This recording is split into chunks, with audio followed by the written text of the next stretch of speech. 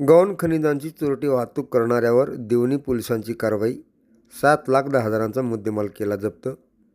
गौण खनिजांची विनापरवाना चोरटी वाहतूक करणाऱ्या वाहनावर देवणी पोलिसांनी कारवाई करत संबंधित व्यक्तीविरुद्ध गुन्हा दाखल केला आहे. या कारवाईत पोलिसांनी वाळूसह सोनालिका ट्रॅक्टर आणि एक मोबाईल असा एकूण 7,10,000 रुपयांचा मुद्देमाल जप्त केला आहे.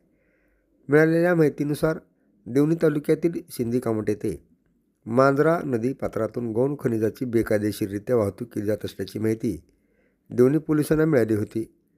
त्यानुसार पोलिसांनी 22 ऑगस्ट रोजी कारवाई करत सोनालिका ट्रॅक्टरची तपासणी केली. यावेळी ट्रॅक्टरमधून अंदाजे 5,000 रुपये किमतीची वाळू विनापरवाना वाहतूक केली जात असल्याचे निदर्शनास आले. पोलिसांनी तात्काळ ट्रॅक्टर ताब्यात घेतला. तसेच वाहतुकीसाठी वापरण्यात आलेला मोबाईल आणि वाळू असा मुद्देमाल जप्त करण्यात आला आहे.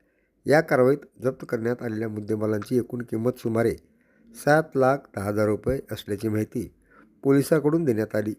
या प्रकरणी सहाय्यक पोलीस निरीक्षक अण्णाराव पांडुरंग खोडेवाड यांच्या फिर्यादीवरून देवणी पोलीस ठाण्यात पुंडलिक बालाजी कोनाळे यांच्यासह इतर 4 जणांविरुद्ध गुन्हा दाखल केला असून गौण खनिजाची अवैध वाहतूक परवाना व इतर बाबीच्या अनुषंगाने पुढील तपास सुरू आहे.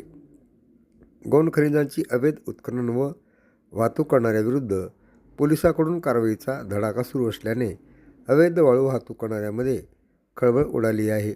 पुढील तपास पोलीस हेड कॉन्स्टेबल लांबतुरे हे करीत आहेत.